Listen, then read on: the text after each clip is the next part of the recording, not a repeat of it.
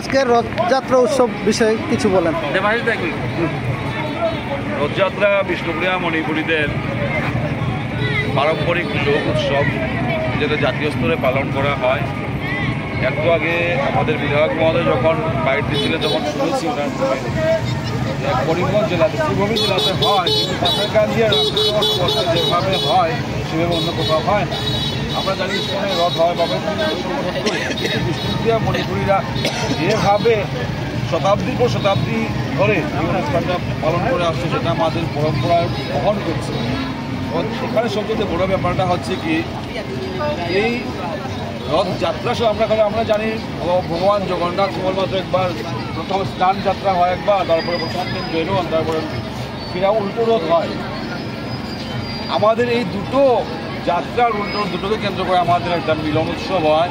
উৎসব মানেই আনন্দ, উৎসব মানেই মিলন।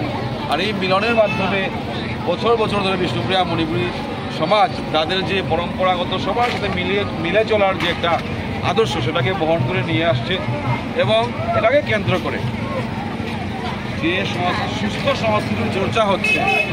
আপনারা মাইকে শুনতে পাচ্ছেন, দশাবতার স্তোত্রম গাওয়া হচ্ছে। এটা অ্যাকচুয়ালি আপনাদের অবগতির জন্য জানাই, প্রাচীন সংস্কৃত কবি জয়দেবের রচিত দশাবতার স্তোত্রমের একটা অংশ আমরা সবসময় গেয়ে থাকি।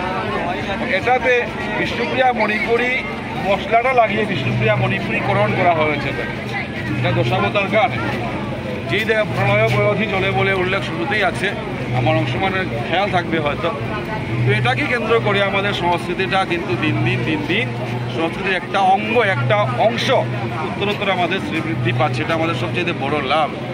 দ্বিতীয় লাভ হচ্ছে এই মিলনোৎসবের মাধ্যমে আমাদের সমাজটা অন্যান্য আমাদের প্রতিবেশী সমাজের সাথে যে সুসম্পর্ক তৈরি করতে পারছে, সেটা আমাদের দ্বিতীয় লাভ।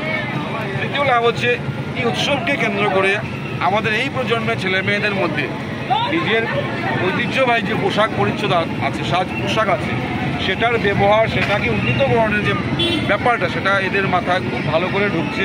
আমরা আশা করতে পারি এই উৎসব পালনের মাধ্যমে আমাদের পরবর্তী প্রজন্ম আমাদের সংস্কৃতি, আমাদের পরম্পরাকে এগিয়ে নিয়ে যেতে পারবে। এবং এই যে দুর্লভসা যেটা হচ্ছে, সেটা আমরা সবাই গত 20-21 বছর ধরে দেখছি।